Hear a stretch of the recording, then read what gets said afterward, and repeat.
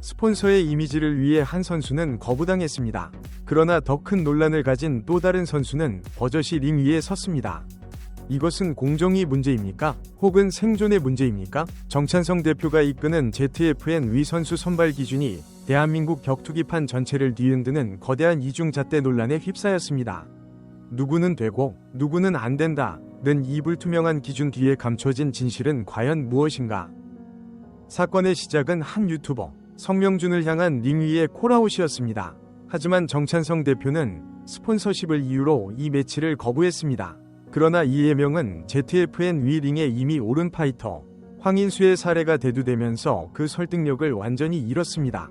정찬성의 ZFN은 지금 격투기 팬들의 가장 날카로운 질문에 직면해 있습니다. 채널 구독과 좋아요 잊지 마시고 다음 소식과 이야기들도 놓치지 마세요. 모든 논란의 시작은 ZFN 위 링 위였습니다. 심건호라는 파이터가 승리 후 마이크를 잡고 격투기 무대와는 거리가 있던 유튜버 성명준을 공개적으로 지목했습니다. 이는 격투기판의 오랜 흥행 공식인 콜아웃이었습니다. 이 도발은 즉각적인 화제를 불러일으켰고 얼마 지나지 않아 성명준은 개인 방송을 통해 알겠다, 뜨겠다, 연락 달라며 이례적으로 도발에 응수했습니다. 팬들의 기대감은 최고조에 달했습니다. 선수와 유튜버, 어쩌면 가장 자극적인 흥행 카드가 만들어지는 듯했습니다. 그러나 시간은 무의미하게 흘러갔습니다. 3개월, 6개월, 팬들의 기억 속에서 이 매치업이 잊혀갈 무렵 정찬성 대표가 한 팟캐스트에 출연해 이 사안에 대한 공식 입장을 밝혔습니다. 결과는 거부였습니다. 이유는 단 하나, 스폰서였습니다. 성명준의 과거 이력과 이미지가 대회의 격을 떨어뜨리고 대기업 스폰서들이 후원을 꺼리게 만든다는 것이었습니다. 대한민국 격투기판을 후원하는 기업들의 보수적인 시각 때문에 글을 쓸 수 없다는 지극히 현실적이고 자본주의적인 논리였습니다. 표면적으로는 합리적인 해명처럼 들릴 수 있습니다. 대회사의 대표로서 후원사의 입장을 고려하는 것은 생존을 위한 필수적인 경영 판단입니다. 하지만 이 결정은 근본적인 모순을 안고 있었습니다. 성명준은 이 경기를 만들어달라고 조른 적이 없습니다. 그는 링 밖에서 자신의 일을 하던 중 ZFN 소속 파이터에게 공개적으로 지목당했습니다. 그는 그저 맞짱 뜨자는 도발에 떠주겠다고 응답했을 뿐입니다. 그런데 몇 달이 지나 돌아온 답은 당신은 이미지가 안 좋아서 안 된다는 거절이었습니다. 콜아웃을 받은 사람이 그저 수락했다는 이유만으로 이미지 검증을 당하고 거부당한 이 상황은 상식적으로 납득하기 어렵습니다. 더욱 근본적인 질문을 던져야 합니다. 그렇다면 격투기라는 스포츠는 과연 깨끗한 이미지를 가진 모범생들만을 위한 무대여야 하는가? 정찬성 대표의 논리대로라면 링은 성실하고 공부 잘하고 사회적 무리가 없는 엘리트들로만 채워져야 합니다. 하지만 격투기의 역사는 정반대를 말하고 있습니다. 과거 전 세계를 열광시켰던 프라이드 FC는 범죄자, 갱스터, 통제 불가능한 이들의 집합소였습니다. 현재의 UFC 역시 마찬가지입니다. 감옥을 다녀오고 온갖 사고를 치고 다니는 선수들이 넘쳐납니다. 싸움이란 본질적으로 양아치, 학교의 문제와 공격성을 주체하지 못하는 이들이 끌어오르는 에너지를 표출하는 행위입니다.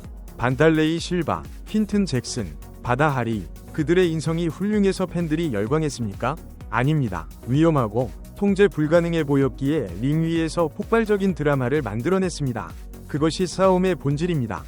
그런데 대한민국 격투기판은 어떻습니까? 조금이라도 악동 기질이 보이거나 양아치 같다는 이유만으로 대중과 스폰서의 눈치를 보며 그들을 배척합니다. 그 결과 대한민국 격투기에는 스타가 없습니다. 스타가 없으니 흥행이 안 되고 흥행이 안 되니 돈이 안 됩니다. 챔피언이 되어도 생계를 위해 배달을 하고 노가다를 뛰는 선수들이 널렸습니다. 한 분야의 정점에 올랐음에도 최저임금을 걱정해야 하는 것이 한국 챔피언의 비참한 현주소입니다. 챔피언이 돈을 버는 것이 아니라 스타가 돈을 버는 것입니다. 하지만 현재의 시스템은 스타의 탄생을 의도적으로 막고 있습니다. 하지만 정찬성 대표가 내세운 스폰서를 위한 깨끗한 이미지라는 명분은 ZFN 위 또 다른 결정으로 인해 그 정당성을 완전히 상실했습니다. 바로 ZFN 무대에서 이미 활동한 바 있는 파이터 황인수의 존재 때문입니다. 격투기 팬들과 비평가들은 즉각적으로 이 모순을 지적했습니다. 황인수는 되는데 왜 성명준은 안 되는가?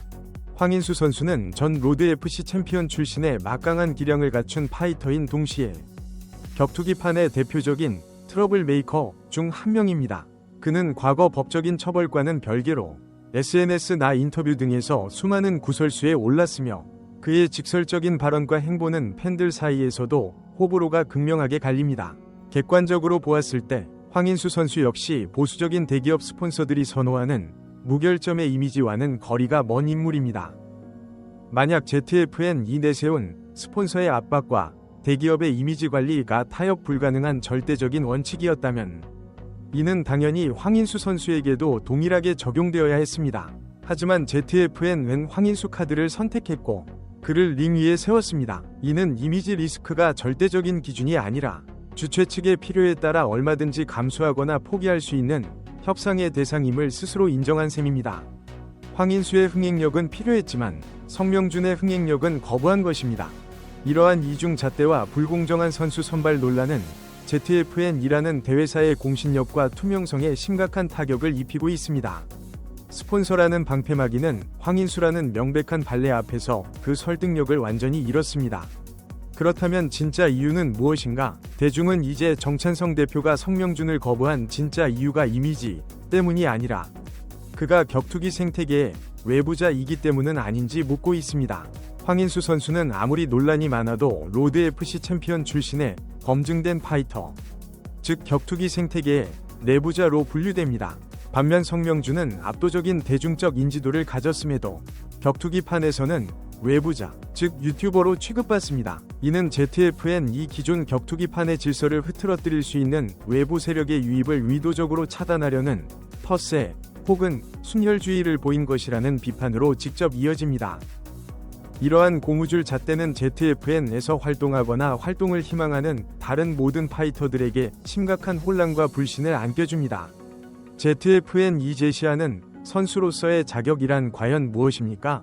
어떤 선수는 논란이 있어도 흥행이 보장되면 기용되고 어떤 선수는 대중의 관심이 집중되었음에도 이미지라는 불명확한 이유로 배제됩니다.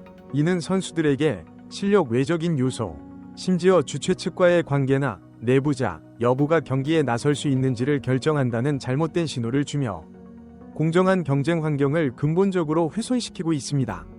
결국 성명준은 링에 오르지 못했습니다. 그러나 이 사건은 ZFN이 스폰서의 논리가 아닌 주최 측의 선택적 기준에 의해 한 선수를 거부했음을 명백히 보여줍니다. 황인수는 되고 성명준은 안 되는 이 불투명한 잣대 위에서 과연 공정한 경쟁과 진정한 스타가 탄생할 수 있을까요?